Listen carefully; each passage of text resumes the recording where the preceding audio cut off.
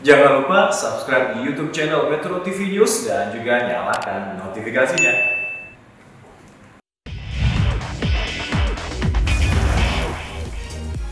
Oke, kita tinggalkan sejenak Liga Champions Eropa, kita bahas Liga Premier Inggris.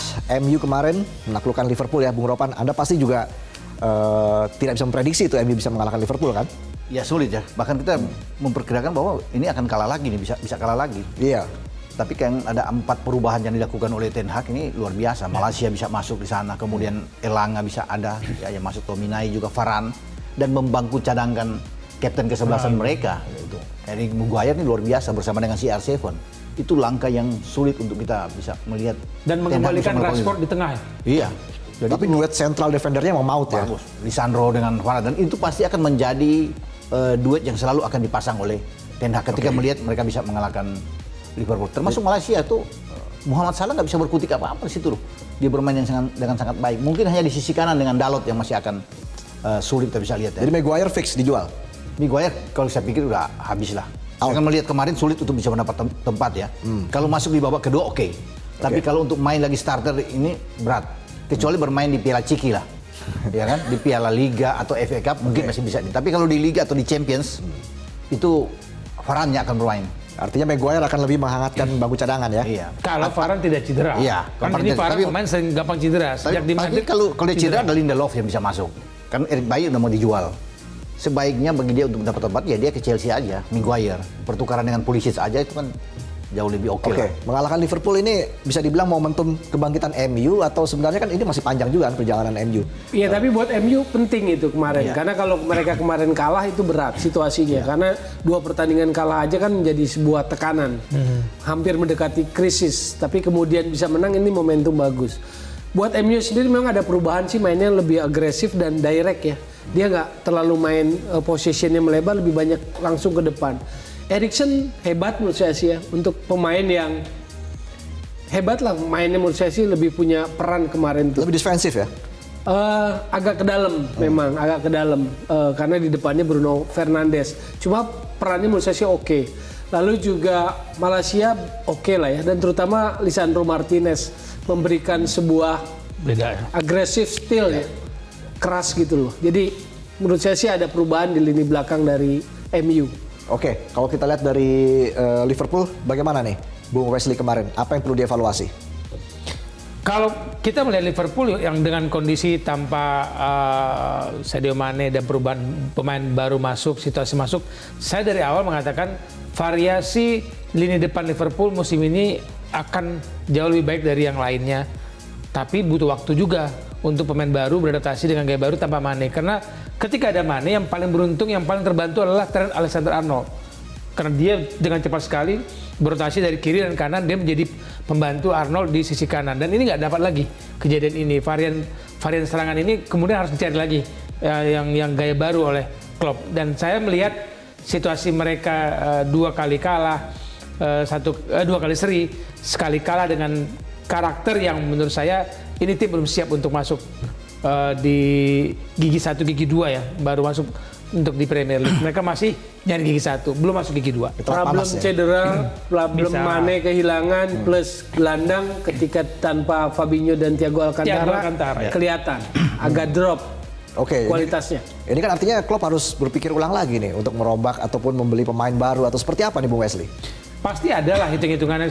Seorang pelatih pasti memiliki plan A, plan B, plan C. Nah, tim yang bisa berjalan baik sepanjang musim adalah mereka yang memiliki squad dalam. Squad dalam artinya bukan hanya orangnya, tapi dia mempunyai varian plan A, plan B dengan orang di belakangnya. Jadi dia tidak punya satu strategi utama yang dulu kita katakan siapa ya strategi utamanya kalau Ole Gunnar ya begitu aja terus zamannya MU. Counter attack. Ya, itu aja gitu. Nah, Klopp pasti sudah punya itu. Cuman memang saya katakan ini baru gigi 1, belum masuk gigi 2, belum masuk gigi 3, belum kencang nih.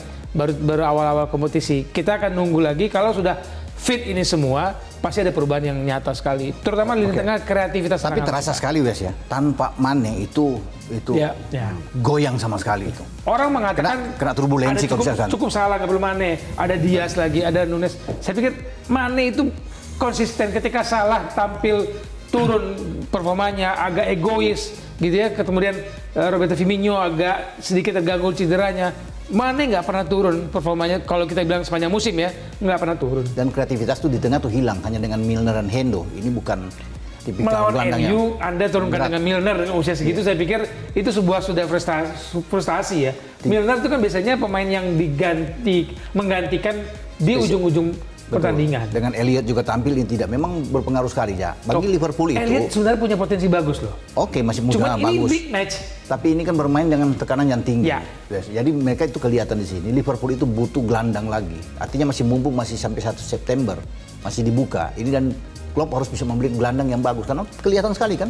Begitu Thiago nggak ada, begitu Fabinho Ya. habis. Kropos. Itu Apakah sudah bisa dibilang Nunes pemilihan gagal? Belum. Dari Nunes kan? Menurut saya emosinya ya sekedar anak baru datang terpancing, tapi gaya yang dia datang memberikan warna baru. Tadi saya katakan kedalaman squad ini depan Liverpool dan kedatangan Diaz, Nunes itu membuat varian serangan pilihan dari Klopp akan jauh lebih enak dibandingkan City. Dia nggak punya pengganti kalau misalkan Haaland cedera, main lagi gaya zaman dulu, false nine lagi. Oke, mengutip pernyataannya Chicharito ya, bagaimana dia mengatakan bahwa pelatih MU itu sering dibanding-bandingkan dengan Sir Alex Ferguson ya, Bung Towel. Akan selalu begitu. Akan selalu begitu, tapi Ten Hag ini sepertinya punya karakter tersendiri, Bung Towel.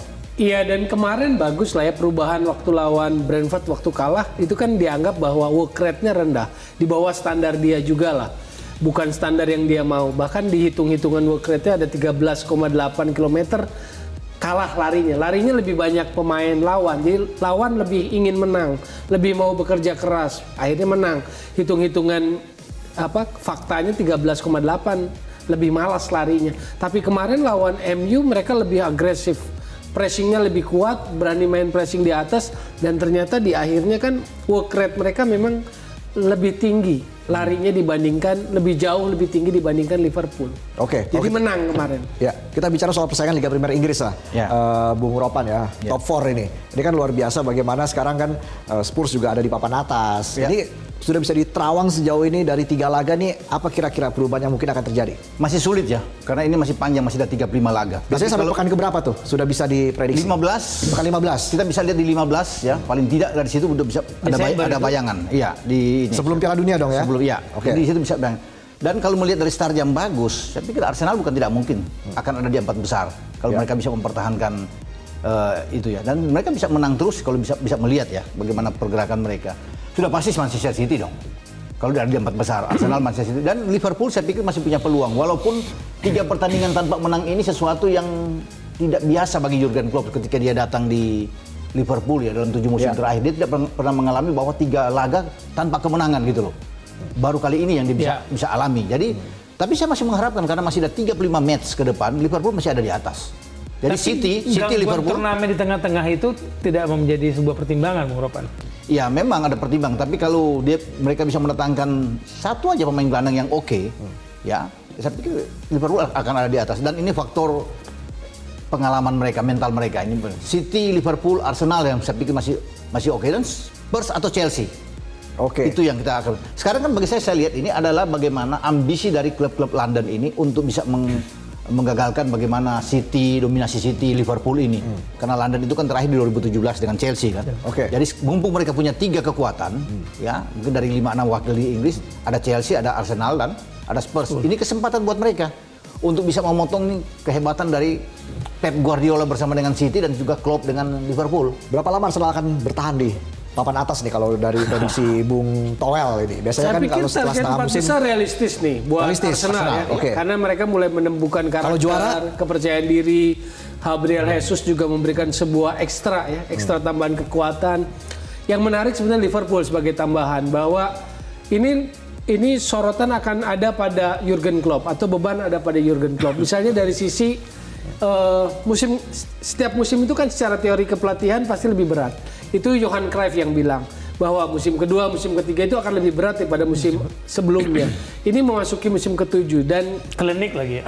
dan hitung-hitungannya waktu di Mainz juga musim ke-7 drop Jurgen Klopp. Waktu di Borussia Dortmund memasuki musim ke-7 drop. Dan ini sekarang tantangan di Liverpool musim ke-7-nya. Dan start awalnya memang agak drop. Dengan ada banyaknya cedera, Darwin Núñez suspend, tiba-tiba kartu merah kan, Mane hilang. Nah ini yang harus cepat menurut saya sih. Kalau Klopp nggak cepat menemukan solusi agak berat. Lalu kemudian hitung-hitungan yang 7 musim itu adalah angka yang berat buat Klopp, bisa kejadian terulang lagi gitu loh. Kita lihat jadwal IPL sekarang. Bagaimana jadwal IPL di pekan ini? Iya, Southampton, MU. Peluangnya MU dong. Apa jangan tersandung oleh... Ya, hati-hati. Nah, itu lagi kan. Hati-hati. Melihat performa United yang masih naik turun, saya tidak mengatakan bahwa United akan mendominasi di markas Soton ya. United nantinya ya akan 2 tandang yang mereka akan lakukan, bukan melawan Soton lagi. Setelah lawan Soton, mereka tidak balik ke Old Trafford, mereka harus ke King Power menghadapi Leicester. Dan di pekan ke-6 lawan yang mereka hadapi siapa? Arsenal bermain di Old Trafford. Bahaya kalau dua Itu dia nggak usah kalah lah, lawan Soton imbang aja. Sama Leicester juga imbang. Bahaya kalau ketemu dengan Arsenal. Balik lagi lawan Arsenal. Dan Soton ini bahaya. Kemarin mereka dapat 3 poin itu di Leicester.